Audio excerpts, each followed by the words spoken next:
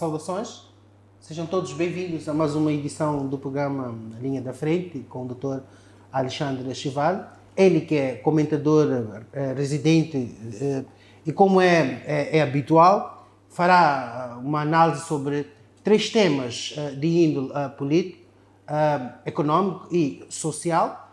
E para a análise dos temas desta semana temos como o primeiro a simplificação de procedimentos para atrair investimentos, arbitragem e mediação como forma de reduzir a morosidade processual e, por último, o impacto do conflito de interesses nas decisões políticas e empresariais. Dr. Chival, eis aqui os temas para debate. Não irei fazer a questão sobre a questão prévia, o ponto prévio, uma vez que já diz não ter, mas também não podia deixar de fazer essa deixa. Parece que realmente a moda do nosso mais velho pegou. Pegou. Muito boa noite, obrigado uma vez mais por este espaço que tem sido um espaço interessante à medida em que recebemos feedback de muitas pessoas, empresários, estudantes e outros cultores de direito que têm estado a encorajar, mas não só, têm estado a colocar os seus reparos. É relativamente a estes reparos que queria fazer menção, porque nos ajudam a crescer, ajudam a melhorar sempre a nossa prestação, porque o objetivo aqui é educar a sociedade, ajudar os empresários, ajudar, enfim, todos aqueles que precisam de um advogado e precisam de alguém que seja cultor de direito para as várias situações da vida. E hoje o primeiro tema que nos propomos abordar é justamente a temática sobre o ambiente de negócios em Moçambique e, muito concretamente, sobre a necessidade da simplificação de procedimentos para poder atrair o investimento. Isto porque Moçambique, reconhecidamente, é um país com várias oportunidades de negócio, com um potencial significativo em várias áreas, a começar por recursos naturais, pela sua localização estratégica, mas também por se tratar de um mercado jovem. Portanto, estes fatores todos têm levado a que, de tempos em tempos, muito mais pessoas venham a Moçambique para investir, vindos de fora, mas não só, os próprios moçambicanos, um pouco na agenda da independência econômica e não só, mas também na promoção do autoemprego, têm estado a desenvolver várias iniciativas visando, obviamente, a florescer a cadeia do negócio em Moçambique. Portanto, é por reconhecer este potencial que o país tem que temos visto essas iniciativas de desenvolvimento. Entretanto, entendemos nós que o ambiente de negócio ainda é caracterizado por uma excessiva burocracia, morosidade e custos elevados na própria realização do negócio. Desde logo é preciso entender que leva-se tanto tempo, primeiro para constituir uma empresa, para obter o licenciamento de várias outras formas. Recentemente alguém perguntou-me sobre uma determinada iniciativa que ele tem, um investidor estrangeiro. Quando eu lhe apresentei não só a ideia dos serviços a prestar, disse-lhe claramente que poderíamos levar por aí entre 6 a 12 meses para poder ter o empreendimento dele a funcionar. Portanto, só isso já deixa qualquer um pouco atordoado. Significa que temos este problema não só das várias etapas que nós temos que percorrer para obter um negócio, das várias instituições que muitas das vezes não estão no mesmo local, que devem ser visitadas ou com as quais devemos interagir para obtermos um licenciamento para um negócio. Mas mais do que isso, é preciso olhar também para a cadeia de custos que existe no nosso próprio processo de licenciamento, que obviamente tem estado a constituir um problema, apesar do que nós dissemos inicialmente, que é o enorme potencial que o país tem para poder atrair a negócios. Agora, isto é importante nós dizermos isto, porque um país competitivo precisa de regras claras, mas também precisa de regras simples e previsíveis, acima de tudo, para poder atrair capital e gerar emprego, que é extremamente importante. Nós não podemos hoje pensar que o Estado é que vai dar emprego às pessoas. Por isso é que nunca sou favorável de quem diz que nós devamos ter, por exemplo, o Ministério do Emprego, ou o Estado pensar que vai, em sede de campanhas eleitorais, dar emprego aos jovens. Portanto, essa questão, para mim, é falaciosa. Não podemos sequer colocar porque o Estado não tem capacidade para empregar tanta gente. O que o Estado tem que fazer é criar condições para atrair o capital. Obviamente, é a partir deste capital atraído que vai se permitir gerar emprego. Isto depois tem ganhos em cadeia, nomeadamente o Estado poder não só tributar estes empreendimentos, mas também as pessoas que lá trabalham. Mas, a par disso, a par destas condições todas que o Estado tem que criar, é importante que no grupo destas as regras sejam claras e sejam também simples, acima de tudo. Portanto, é o que nós encontramos hoje na nossa situação. E o que é que nós temos hoje em Moçambique quando nós falamos do ambiente de negócio e talvez é por isso mesmo que nós estamos a colocar a questão aqui a esse. Primeiro, há uma gritante dificuldade de registro ou constituição de empresas e o seu respectivo licenciamento, como nós dizíamos antes. Desde logo, há uma série de documentos que se pedem. Primeiro, é preciso fazer uma reserva do nome, imprimir o documento, apresentar. Por que não nós consultarmos no sistema, saber se o nome está disponível e avançar-se? Portanto, às vezes temos que trazer os chamados estatutos assinados pelos... Uma série de burocracias que existem, que infelizmente não ajudam no processo. Era bom que nós pudéssemos ter, por exemplo, uma empresa constituída em um dia, pronta para funcionar em um dia. Infelizmente, tal não acontece, porque depois há um outro problema da conta bancária, que é um outro assunto que no outro dia poderemos efetivamente abordar. Depois... Só mesmo para não perder o fio. E relativamente a esta questão da reserva do nome e o fato de, após a reserva, teres que aguardar para a aprovação e depois não havendo, ou este nome não estando disponível, teres que reiniciar todo o processo. Isto Eu acredito que era importante. Relativamente a isso, por exemplo, haverá, nós mais à frente vamos apresentar algumas propostas de solução. Poderíamos, por exemplo, permitir que houvesse um portal em que qualquer um pudesse consultar e saber se esta empresa está ou não disponível. Eu tive uma experiência em Angola, quando queria constituir uma empresa. E o próprio sistema de registro de entidades legais permite que em qualquer espaço deste planeta a pessoa aceda e possa consultar os nomes disponíveis. É verdade que leva algum tempo para responder, mas é possível eu proceder ao preenchimento desses dados todos num sistema apenas para consulta. Mas pelo menos eu faço reserva a partir daí. Portanto, o que significa que não tenho que correr esse risco de virem-me dizer que o sistema não está disponível. Portanto, é importante, ainda relativamente a isso, por exemplo, nós podermos instituir, por exemplo, esse sistema informático em que qualquer um, num portal, em qualquer um pudesse entrar. E fico feliz, continuo sempre a dizer isso, que nós tenhamos hoje o Ministério da Comunicação e Transformação Digital, que visa justamente impedir ou diminuir a carga burocrática e a carga de papel que nós usamos hoje na nossa administração pública. Portanto, seria fundamental uma situação dessa. Mas ainda um outro problema que nós encontramos hoje no nosso ambiente de negócio, que é a chamada insegurança jurídica. Portanto, nós temos, de tempos em tempos, mudanças frequentes das normas e, muitas das vezes, interpretações contraditórias das mesmas. Portanto, nós hoje temos um determinado modelo para a obtenção de uma determinada licença, daqui a uns meses podemos encontrar um outro. Portanto, é necessário que haja uma certa estabilidade normativa e que isto permita que haja a chamada segurança jurídica. Não podemos sempre ir a um guichê para saber se as normas mudaram ou não, ou querendo efetivamente proceder de uma determinada forma, a percebermos que os critérios mudaram. Portanto, essa questão é importante. Um outro aspecto também importantíssimo é o relativo à carga fiscal elevada e complexa. Portanto, em Moçambique, para além de nós termos uma carga fiscal que praticamente asfixia os pequenos empresários e não só, há também um problema gravíssimo que é a complexidade para o cidadão, o particular, poder cumprir com as suas obrigações tributárias. Muitas das vezes temos que preencher vários documentos quando era possível, por exemplo, por via de um sistema informático, podermos, enfim, permitir o pagamento.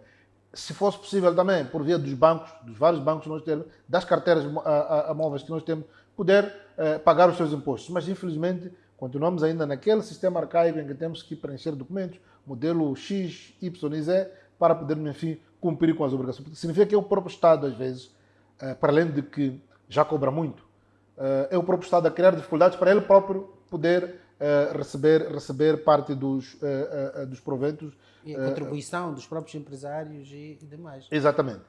Outro problema, é verdade que, sim, nós temos isso, há um esforço, obviamente, que se procura desenvolver, mas ainda estamos muito aquém daquilo que era de esperar. Um outro aspecto, não menos importante, é relativo à morosidade na resolução de litígios comerciais. Não faz sentido que nós tenhamos, por exemplo, um litígio comercial até que esperar por aí uns 12 meses para ser resolvido. Infelizmente, nós temos essas práticas em alguns casos, temos muito mais do que temos litígios a serem resolvidos em muito mais tempo, comparativamente a isto que nós estamos aqui a dizer. Agora, é verdade que nós estamos a identificar esses problemas todos, mas há algumas melhorias que nós podemos registrar. Desde logo, o chamado balcão de atendimento único, que é uma iniciativa interessante.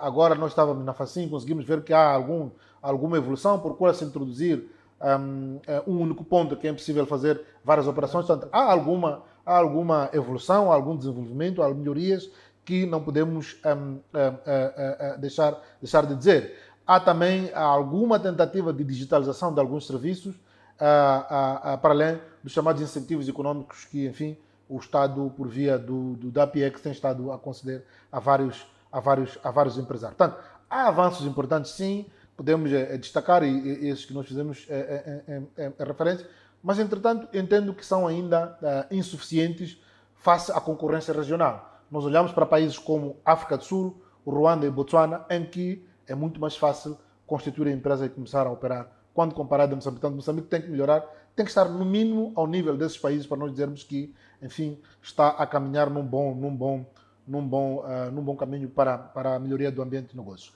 Agora, quais seriam as propostas que nós iríamos apresentar para a melhoria do ambiente de negócios? Quais são as reformas que o Estado tem que introduzir para que haja, enfim, a melhoria do ambiente de negócios? Em primeiro lugar, é preciso expandir os serviços digitais. Não pode haver um país que anda a duas velocidades. Nós estamos na cidade de Maputo, temos algumas facilidades, mas quando vamos, por exemplo, à Vila de Manica, encontramos uma série de dificuldades, só apenas como exemplo. Portanto, é possível nós colocarmos aquilo que nós chamamos de one-stop shop real. Portanto, é importante que nós possamos ter um único, portanto, o balcão único já é um bom avanço, mas é preciso acoplar muito mais serviços ao nível do balcão de atendimento único e não só permitir que numa única máquina nós possamos fazer uma série de coisas, constituir uma empresa, ter licenciamento ali, pronto, e provavelmente também permitir a publicação dos estatutos no Boletim da República. Em países como a África do Sul, esta questão da publicação dos estatutos no Boletim da República é dispensável. Mas nós aqui não só obrigamos, como também é um processo extremamente moroso, a publicação dos estatutos, por exemplo, no boletim da República. Esta é uma questão que nós temos que olhar muito bem e perceber como é que os outros países fazem, qual é a fiabilidade que existe nesses países para nós não se exigir esse tipo de Não de será critério. pelo fato de ser um meio de arrecadação de fundos, porque vamos ser honestos, a publicação no BR é onerosa. É onerosa. Não, sem dúvidas, pode ser que assim, mas o Estado tem muito mais a ganhar com o empresário que, então, curto espaço de tempo, começa a funcionar, começa a ter receitas e o Estado vai taxar. Exatamente, o Estado não precisa de criar dificuldades para quem vai, enfim, ajudar a ter arrecadação de receitas por via das suas obrigações tributárias.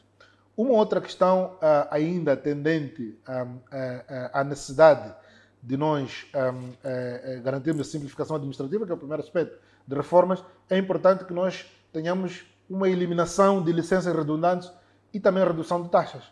Portanto, nós às vezes temos que ter, se pedimos um alvará para uma determinada atividade, há uma outra atividade, tem um outro alvará. Portanto, podemos ter 3, 4 alvarás para a mesma empresa, o que não faz sentido absolutamente nenhum. Pode ser a tal estratégia da arrecadação de receitas assim, mas de novo traz um outro problema, que é dos enormes custos, mas também a redundância das licenças que não faz sentido.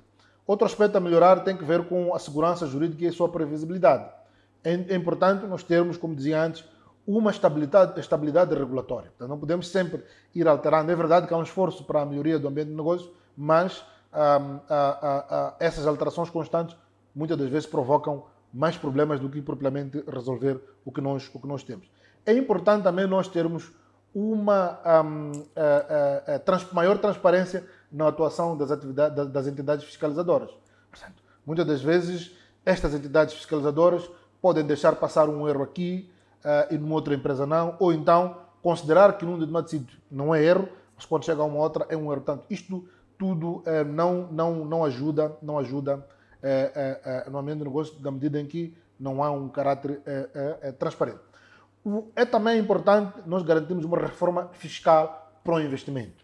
Portanto, a nossa carga fiscal, neste momento, não atrai da melhor forma os investimentos. Portanto, é importante nós, em primeiro lugar, criarmos os chamados incentivos fiscais direcionados a setores estratégicos, aqueles que sabemos que efetivamente vão atrair qualquer investidor. Portanto, é preciso nós criarmos aqui uma série de facilidades para que as pessoas possam, enfim, investir nessas áreas consideradas estratégicas. É também importante reduzir também a carga fiscal, que, enfim, é um martírio, como nós dissemos. Mas não a semelhança do que vem acontecendo na Mosal, Dr. Chivalho. É preciso... Não, no caso da Mosal, é importante. Eu acho que é importante nós não esquecermos a nossa história. A Mosal é um dos primeiros empreendimentos que Moçambique teve, daquela dimensão, após a abertura do país à iniciativa privada, sem ser... Porque antes o país, como disse, estava numa iniciativa centralizada, em que a iniciativa até empresarial era exclusivamente do Estado, e era importante mostrar ao mundo que Moçambique está aberto ao investimento estrangeiro. O conjunto de facilidades que a Mosal teve na altura era justificável. Hoje, obviamente, já não, porque a Mosal não precisa, os acionistas da Mosal não precisam de adivinhar que Moçambique, não precisam de saber que Moçambique tem as tais facilidades, eles vivem dessas facilidades e, portanto, a partir de agora é uma outra fase e já não se está, obviamente, como se dizer, a babar quem quer que seja. É importante nós também podermos garantir uma justiça célere e especializada, nomeadamente fortalecendo a arbitragem, a mediação e melhorando a prestação dos tribunais, sobretudo as secções comerciais. Isso é extremamente importante. É importante também que se possa priorizar as parcerias público-privadas ao nível dos setores da infraestruturas, energia, logística e telecomunicações. Portanto, o Estado hoje, por exemplo, tem um desafio muito grande que é da reabilitação da Estrada Nacional número 1. Portanto, que, enfim, durante o mandato passado, pelo menos, passou despercebido ao olho de quem governava.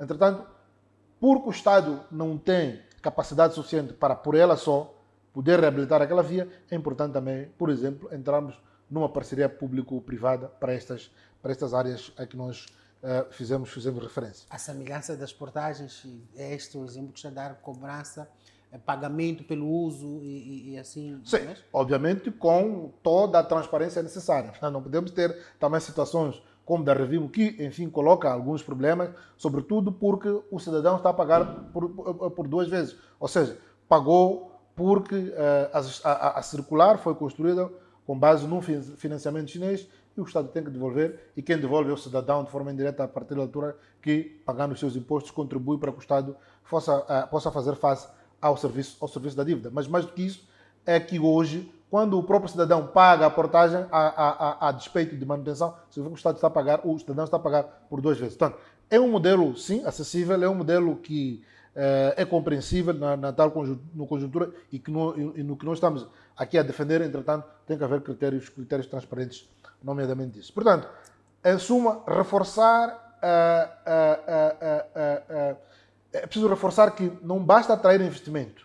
Isto tudo o país já faz bem, mas é preciso criar condições para que ele permaneça e cresça. Portanto, não podemos só atrair investimento e depois termos o que nós temos. Portanto, Moçambique, neste momento, comparativamente a outras realidades, não precisa de inventar a roda. Portanto, precisa de adotar boas práticas globais, simplificar processos e garantir uma justiça célere. Portanto, o resultado será um crescimento econômico inclusivo e sustentável. É justamente isso que nós pretendemos. De qualquer modo, é preciso dizer que o país tem todas as condições para ser um fator de atração de investimento, mas é preciso acelerar as reformas que eu sei que existem para tornar o ambiente cada vez mais saudável para o investimento. O doutor faz uma análise sobre a questão da morosidade na resolução de litígios entre empresas e deixa algumas propostas para a melhoria desta resolução de litígios nas empresas. Olha que é um aspecto bastante importante, porque há vezes em que estas empresas ficam no limbo, encontram-se no limbo por conta desta morosidade na resolução dos litígios. Portanto, para além dessas que o doutor trouxe, teria mais alguma que pudesse ser mais célere, mais objetiva?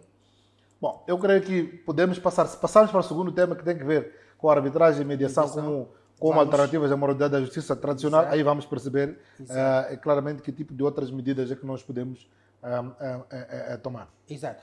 Bom, sem mais delongas, acredito que não há razões para não irmos logo de imediato para a apreciação e análise deste tema, que tem que ver com a análise e mediação como forma de redução ou reduzir a morosidade processual. Dr. Chival, acredito que já vai mesmo na cena da questão que deixei ficar anteriormente, que tem que ver com a questão da morosidade na resolução de litígios entre empresas. Bom, primeiro é preciso dizer que Moçambique tem um sistema judicial sobrecarregado e moroso. As razões são várias, mas esta aqui é a realidade. Qualquer um que opera em Moçambique como empresário e não só sabe que existe essa dificuldade. Isto porquê? Porque empresas e cidadãos enfrentam litígios que arrastam-se durante anos. Eu dizia aqui que é possível nós termos um processo que vai até 12 meses para a sua resolução.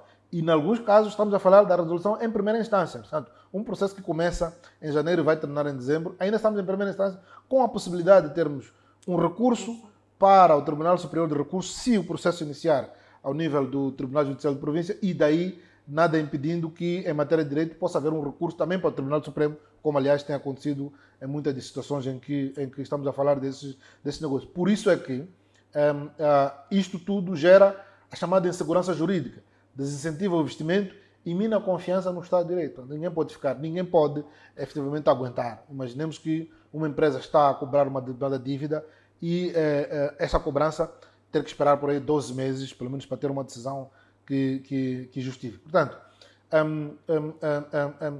é por isso que nós falamos da arbitragem e mediação como instrumentos modernos e eficazes para fazer face à chamada justiça lenta, não especializada e muitas das vezes problemática. Portanto, tudo isto entendo que se nós tivermos, ou seja, se nós priorizarmos a arbitragem e a mediação, poderemos ter, obviamente, uma justiça célere, especializada e consensual, que é extremamente importante. Vamos ver, enfim, quanto tempo é que leva uma arbitragem até a conclusão. Qual é o diagnóstico que nós temos hoje? Já dissemos, colocamos lá em cima um chavão, mas qual é o diagnóstico que nós podemos fazer hoje da situação atual do nosso sistema judicial? Em primeiro lugar, é uma justiça morosa, como eu disse. Primeiro, e são várias razões que nós podemos apresentar. Primeiro, há um número reduzido de juízes. Hoje em dia, se nós formos a comparar, por exemplo, há mais advogados que juízes, o que já começa a ser um problema. Portanto, significa que este país, com a imensidão dos problemas que a atividade empresarial traz, obviamente, exige que haja muito mais juízes, portanto, que é o que não temos. O segundo aspecto, há excesso de processos e recursos também sucessivos, como eu dizia antes. Portanto, para além de um juiz que tem que atender uma demanda elevada na sua secção, há também a possibilidade deste recurso a que eu fiz referência. Portanto, há uma decisão que é tomada em sede do Tribunal Judicial de Província, podemos ir ao Tribunal Superior de Recursos, que aí vai apreciar não só a matéria de facto como a matéria de direito, mas quando se trata de ir para o Tribunal Supremo apenas vai decidir sobre a matéria de direito. Portanto, essa possibilidade de nós termos 3 instâncias para julgar uma determinada situação, enfim, cria tal problema de moralidade. Depois, há os chamados custos indiretos dessa justiça que não é célere. Há perda de oportunidade de negócios enquanto nós ficamos à espera que um processo seja resolvido. Há também o chamado risco reputacional, portanto, as empresas que aparecem sempre em contendas, obviamente que nunca serão apetecíveis para parcerias ou mais do que isso. Mas, para piorar, é que muitas das vezes, quando há esses litígios, há o chamado bloqueio de investimento. É muito difícil uma empresa que está numa situação dessa poder obter investimentos. Imaginemos que haja um processo que está a correr em que se cobra uma dívida a uma outra empresa, ir ao banco numa situação dessas é extremamente complicado. Aliás, o banco já desconfia da capacidade deste poder pagar, justamente porque está-se a meter, aliás, num litígio com o terceiro. Depois, há aqui uma questão importante. Nós temos o chamado mecanismo de arbitragem e mediação, que estão previstos na Constituição e na demais legislação, nomeadamente a lei de arbitragem, conciliação e mediação. Está lá, mas havemos de ver como é que isto há. Temos também centro de arbitragens, temos o centro de arbitragem, centro de conciliação, arbitragem e mediação de Moçambique. Depois temos várias arbitragens ad hoc que podemos encontrar de várias formas. E o que temos como desafio neste momento, para além dos outros problemas que nós elencamos relativamente ainda à arbitragem, é que temos uma fraca cultura jurídica de recursos a mecanismos alternativos de resolução de conflitos. Em alguns casos, é preciso dizer isso, há também resistência dos próprios advogados. Obviamente, o advogado gostaria de estar em sede de um tribunal, em função do número de horas que gasta no tribunal, também os honorários são maiores quando comparado ao que nós temos em sede de arbitragem. Portanto, é também um fator que propicia essas situações, que é a resistência dos próprios advogados, como diz, não só, mas também a resistência dos próprios magistrados. Há situações em que um magistrado poderia, sem muitas delongas, por exemplo, decidir um processo por via do chamado saneador-sentença. Eu acredito que tem havido uma melhoria de qualidade dos advogados na medida em que as peças processuais são produzidas, não só a própria legislação processual civil, que sofreu alteração em 2005, portanto, obriga que, por exemplo, no âmbito da apresentação da petição inicial, a parte deve juntar os elementos de prova, os documentos de prova e indicar testemunhas havendo. Significa que, se nós formos à audiência preliminar, embora nos casos se diga que a audiência preliminar é obrigatória nos casos, mas não há de ser, e quando assim é o juiz só a marca quando entende haver condições para tal, de qualquer modo, estamos a dizer que existem condições para decidir em sede do saneador-sentença, que obviamente é precedido da audiência preliminar. Portanto, existem hoje essas facilidades que a própria lei coloca, mas também os próprios magistrados nem sempre ajudam nessas soluções. Isso significa que os processos poderiam, então, curto espaço de tempo, ter essas decisões sem necessidade de levarmos tais 12 meses a que nós fazemos a referência. Mas também há falta de divulgação e confiança por parte dos empresários relativamente a esses mecanismos alternativos de resolução do conflito. Por isso é que continuamos amarrados aos tribunais com os tais problemas que nós fizemos referência, obviamente, que é, primeiro, a resistência dos advogados, mas também dos próprios magistrados. Por isso Antes de avançar, mesmo na deixa da audiência preliminar e de uma possível decisão em sede do espaço saneador, numa pequena leitura, estive a perceber que em outros ordenamentos jurídicos, eu trouxe anteriormente a Angola, mas também Brasil e Portugal, eles já têm outros mecanismos de entre aspas, de obrigar a resolução dos conflitos de forma vamos lá, a resolução dos conflitos mesmo antes da audiência preliminar. A legislação deles já delimita assim nesses termos. Acha que poderíamos também, em sede da possível está a decorrer uma revisão do Código de Processo Civil, poderíamos também adotar este mecanismo? Isso não me repugna que assim seja, sobretudo porque, como disse, relativamente aos requisitos da petição inicial, já se diz que as partes devem apresentar logo os elementos de prova. Na contestação, idem. Portanto, muitas das vezes, muitos desses assuntos resolvem-se simplesmente com a prova documental. A prova testemunhal, muitas das vezes, vem simplesmente para aclarar situações em que não é possível provar por documentos. Mas são muito poucos casos, pelo menos a experiência que tenho de contencioso civil, muito poucas vezes em que efetivamente há testemunhas para testemunhar. Os testemunhas funcionam muito em processos de crime. Nos processos cíveis, normalmente as questões já não andam documentadas. Há a prevalência da prova documental que propriamente da prova testemunhal, o que significa que o juiz tem consciência elementos suficientes para poder decidir, tendo sido apresentadas as peças processuais, nomeadamente a petição inicial, a contestação ou resposta à contestação, nos casos em que a ela houver lugar, nomeadamente quando se trata de dedução de exceções ou de um pedido reconvencional. Aí sim, que fala-se da réplica. De qualquer modo, o que estou a dizer é que, com as peças processuais, o juiz tem a maior parte dos elementos de prova que precisa para poder decidir. E é por isso que a nossa proposta vai no sentido de colocar-se a arbitragem e a mediação como mecanismos que visam evitar esta morosidade processual. Comecemos primeiro pela arbitragem. Na arbitragem, significa que existe a possibilidade das partes poderem definir um tribunal, entre aspas, alternativo ao tribunal estadual para poder resolver os seus conflitos, os seus litígios.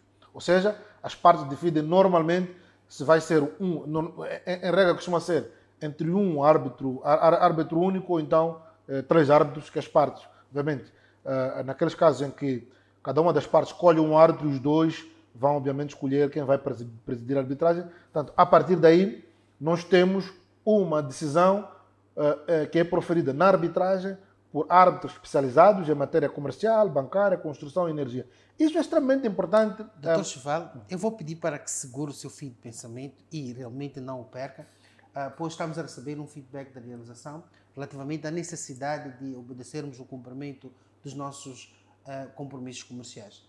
Assim, caro telespectador, pedimos para que não saia daí, pois nós voltamos já, num minutinho só. Até já.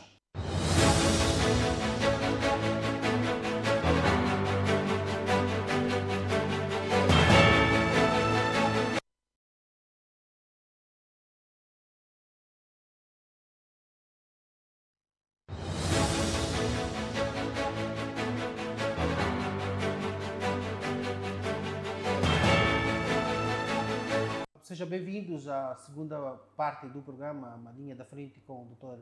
Alexandre Chival, e já íamos na análise do segundo tema, que tem que ver com arbitragem e mediação como forma de redução à morosidade processual. Dr. Chival, doutor explicava-nos sobre os vários mecanismos que podem ser adotados e recomenda com que devam ser adotados para que se reduza este processo moroso de resolução de litígios, não só dos aspectos comerciais, mas bem outros que têm que ver com a questão da justiça em Moçambique.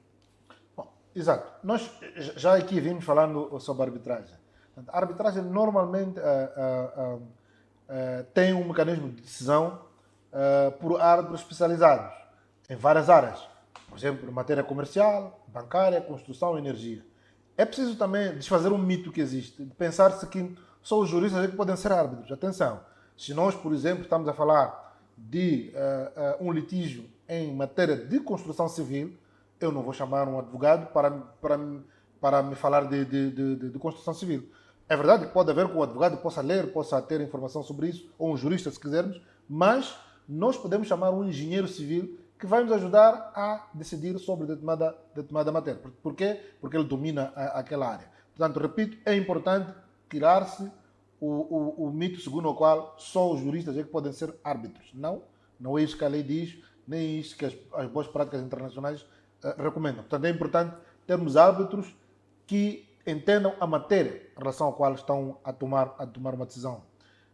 O segundo aspecto importante relativamente à arbitragem é que há prazos definidos. Portanto, os árbitros definem em quanto tempo vão ter uma decisão. As partes já sabem, têm uma expectativa sobre quanto tempo é que vai levar. Portanto, no início, nas reuniões preparatórias, já se diz que a arbitragem, por exemplo, vai levar 2 meses e até aí saber se haverá uma decisão proferida nesse sentido. É pouco comum que, por exemplo, uma arbitragem leve 12 meses, a não ser que, por razões de complexidade da própria matéria, se justifique levar esse tempo todo. Portanto, em poucos meses é possível termos uma decisão em sede de arbitragem, o que não acontece muitas das vezes nos tribunais. Mas as sentenças arbitrais também têm força de decisão judicial, portanto, tem caráter vinculativo. Uma decisão tomada em sede de arbitragem tem igual valor uma decisão tomada em sede do Tribunal Judicial, só podendo ser anulada em casos específicos. Portanto, a lei também coloca critérios muito apertados sobre que situações é que podem levar à anulação de uma decisão arbitral. E é preciso também chamar a atenção que a decisão arbitral tem a força de um título executivo, como é uma sentença que transitou em julgado. Comparativamente à arbitragem, podemos falar da mediação, que é um outro mecanismo, na medida em que há uma solução consensual que é tomada pelas partes com a ajuda de um mediador imparcial. Não estamos a falar de alguém que tem poder sobre as partes. Quando na arbitragem o árbitro tem um poder sobre as partes, um poder igual ao de um juiz, na mediação já não. É apenas alguém que ajuda as partes a chegarem a um determinado entendimento. A vantagem da mediação é que preserva as relações comerciais e institucionais. É diferente da arbitragem. Na arbitragem, fica claro, ganhou A ou B, por quê? Porque há uma decisão que é tomada como se fosse um tribunal, mas no caso da mediação, permite, porque este é um mediador imparcial, permite manter as relações institucionais e comerciais entre as partes. Para além disso, reduz custos e promove diálogo. A arbitragem, comparativamente à mediação, tem este aspecto, que é em termos de custos. Portanto, não vamos comparar o que se paga em termos de imposições judiciais num tribunal com o que se paga na arbitragem. Isto porquê? Porque os árbitros têm que ser remunerados. A remuneração dos árbitros decorre do que as partes pagam. No caso dos tribunais, é verdade que os juízes e outros intervenientes processuais ligados ao Estado têm o chamado participação implementar, entretanto, eles já têm um salário que o Estado fixa mensalmente, enquanto que os árbitros já não, por isso é que os seus honorários são pagos em função do que ele vai prestar como trabalho. Portanto, é importante porque sabemos que existem essas propostas que visam fazer face ao sistema estadual. É importante, em primeiro lugar, capacitar árbitros e mediadores. Não podemos pensar que qualquer indivíduo pode ser árbitro. É preciso dominar a área em que está. Eu sei que ultimamente há uma grande corrida para todos os advogados e juristas irem frequentar cursos de arbitragem. Não é mau, é bom, até porque eles próprios, como advogados, podem ter que agir num processo arbitral, mas a expectativa de muitos é serem árbitros. Atenção, é importante que nós tenhamos capacitação permanente e específica destes árbitros e mediadores. Há também a necessidade de nós incentivarmos as partes, até do ponto de vista legal, a que haja o recurso aos mecanismos alternativos de resolução de conflitos. Há também necessidade de, nos processos de promoção de investimento, também dizer-se que Moçambique prioriza os mecanismos alternativos de resolução de conflitos, nomeadamente a arbitragem e a mediação. É importante também que haja uma forte integração entre os tribunais estatais e os centros de arbitragem. Isto também, enfim, pode ajudar em muitas situações que se tem. Portanto, é preciso dizer que os mecanismos alternativos de resolução de conflitos não substituem, apesar disso, totalmente a justiça estatal, mas são um complemento. Não é? Há quem discute se a arbitragem e a mediação são um complemento na medida em que há um princípio segundo o qual uma justiça tardia é o mesmo que não fazer justiça, e se esses mecanismos são mais céleres que a justiça estadual, será que estamos a falar de complemento ou mecanismos mais importantes de resolução de conflitos? Há também progressos em alguns países que é preciso chamar a atenção, dos quais devemos nos inspirar, nomeadamente África do Sul, Ruanda, que são exemplos paradigmáticos dessa pelo menos aqui ao nível da África. É importante que Moçambique desenvolva uma série de reformas para se tornar um verdadeiro hub de arbitragem regional. Sobretudo que estamos a falar de um forte investimento que está a haver nos setores de gás, petróleo e grandes infraestruturas. Portanto, Moçambique tem que estar preparado para ser um hub internacional ao nível da arbitragem. Portanto, é importante institucionalizar e normalizar estas práticas da arbitragem e da mediação para que, enfim, passem a ser regra e não exceção, como eu disse anteriormente. Porque se diz que uma justiça só existe quando ela é célere. Se os mecanismos estaduais não são céleres, portanto, nós temos que aqui inverter um pouco a tendência. Só ir mesmo aos tribunais, aquelas questões que não são da disponibilidade das partes e, portanto, devam ser dirimidas em sede dos tribunais estaduais. Até porque esta última parte do segundo ponto faz uma ponte e uma interligação com o primeiro ponto, quando analisados no seguinte sentido. Elas até podem atrair mais investimentos e mais empresas a optarem pelo nosso mercado. Exatamente. Esse é o objetivo. Portanto, o recurso, a arbitragem e a mediação visam essencialmente permitir, em função até do que nós vimos antes, relativamente àquilo que eram os constrangimentos para atrair mais investimentos. Portanto, quando nós temos a arbitragem e a mediação como os princípios mais atrativos para os empresários, significa que nós teremos um ambiente de negócios melhor. Primeiro, é um dos aspectos que pode ajudar na melhoria do ambiente de negócios. Exato. Oxalá que quem de direito esteja a ouvir esta proposta do Dr.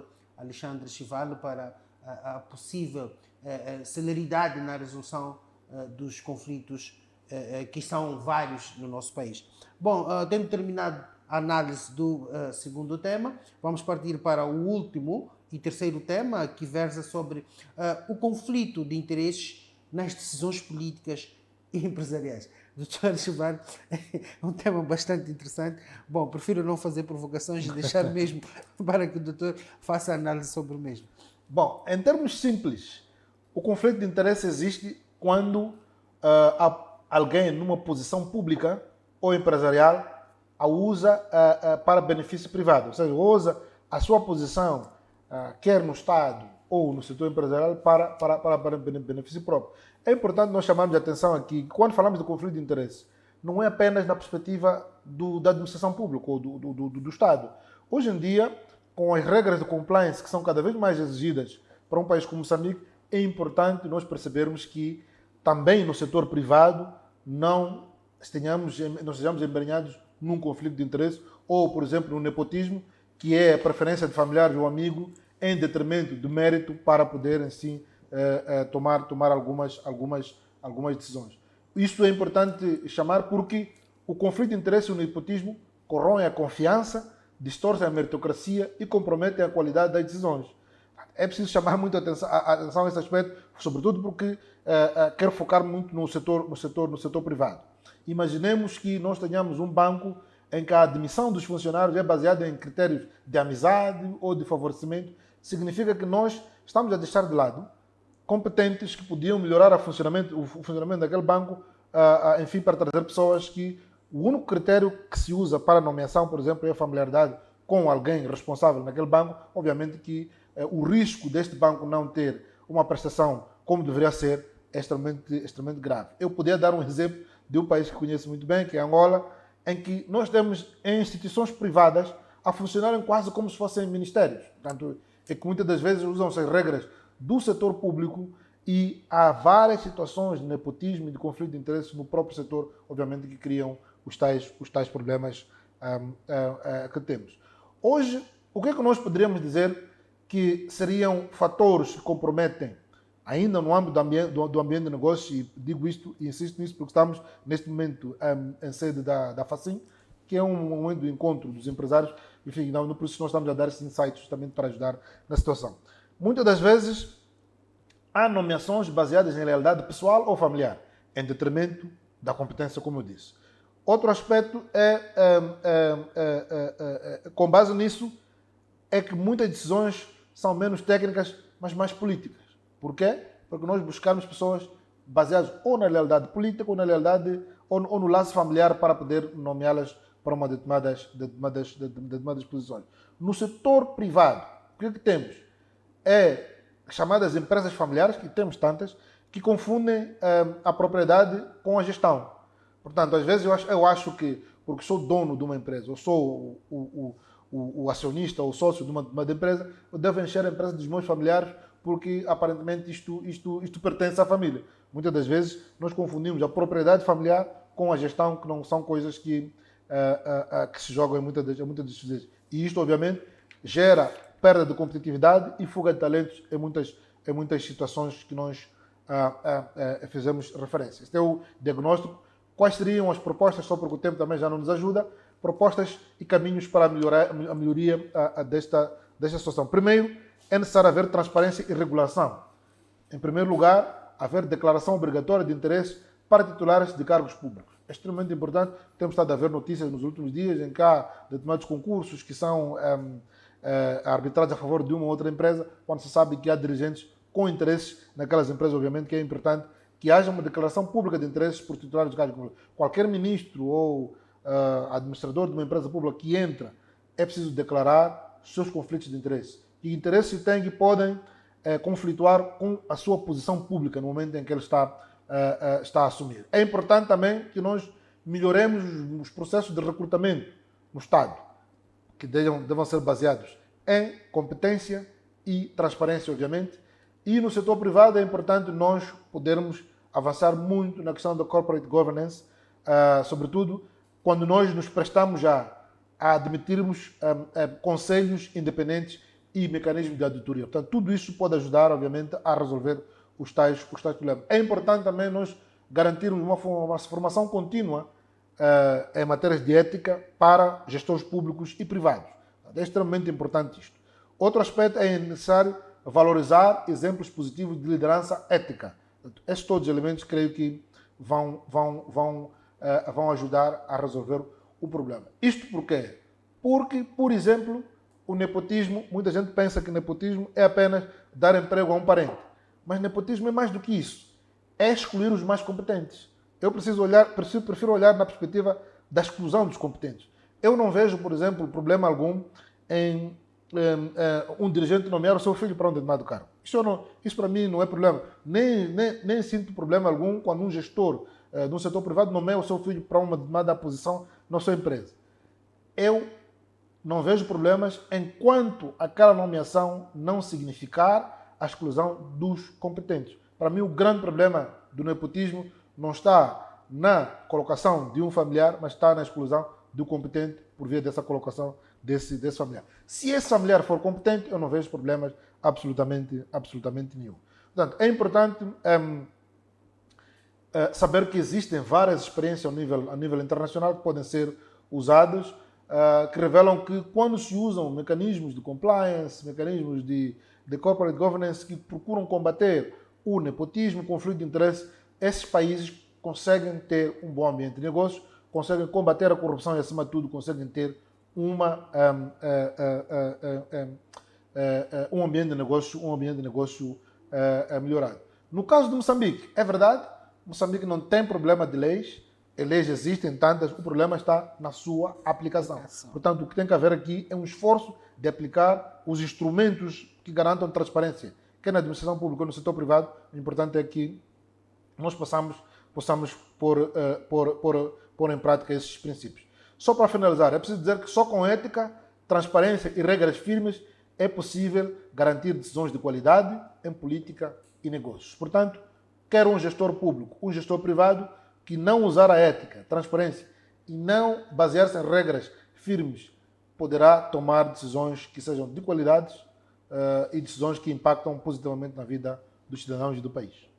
Bom, creio que tenhamos chegado ao fim do nosso programa. Foi mais um debate, uma conversa com o Dr. Alexandre Chival relativamente a 3 temas.